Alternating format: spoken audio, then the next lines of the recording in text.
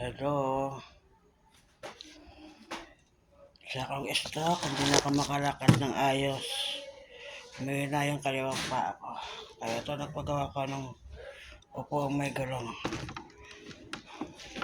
Para magawa ko pa yung gusto ko sa bahay. Nagpagawa ko nito upuang may gulong. Ayan, ganyan lang.